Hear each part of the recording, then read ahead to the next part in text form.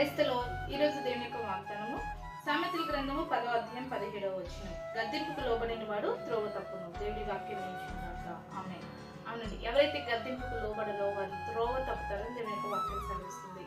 ఈ రోజుల్లో మనం చూసుకుంటుంటే చాలా సార్లు చాలా మంది మనల్ని గద్దిస్తున్నప్పుడు ఆ గద్దింపును మనం తీసుకోమని, ఎవరైనా మనల్ని గద్దించే వాళ్ళు ఉన్నప్పుడు ఆ గద్దించే వారిని చూసి చిరాకు వస్తుంది, కోపం వస్తుంది. ఎప్పుడు చూసినా ఎందుకు నన్ను గద్దిస్తున్నారు, ఎప్పుడు చూసినా ఎందుకు నా మీద వాళ్ళు కోపం తాగుతూ ఉన్నారని.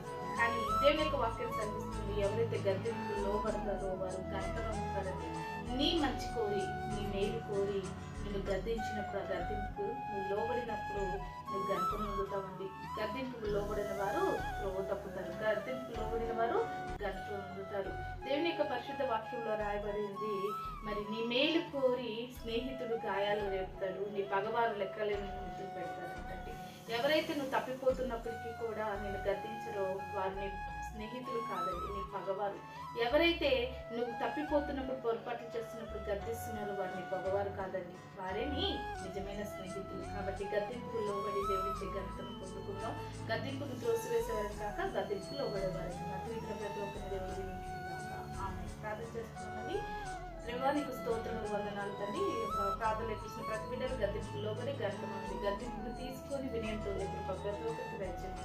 యేసు నామములో ప్రార్థిస్తున్నాను.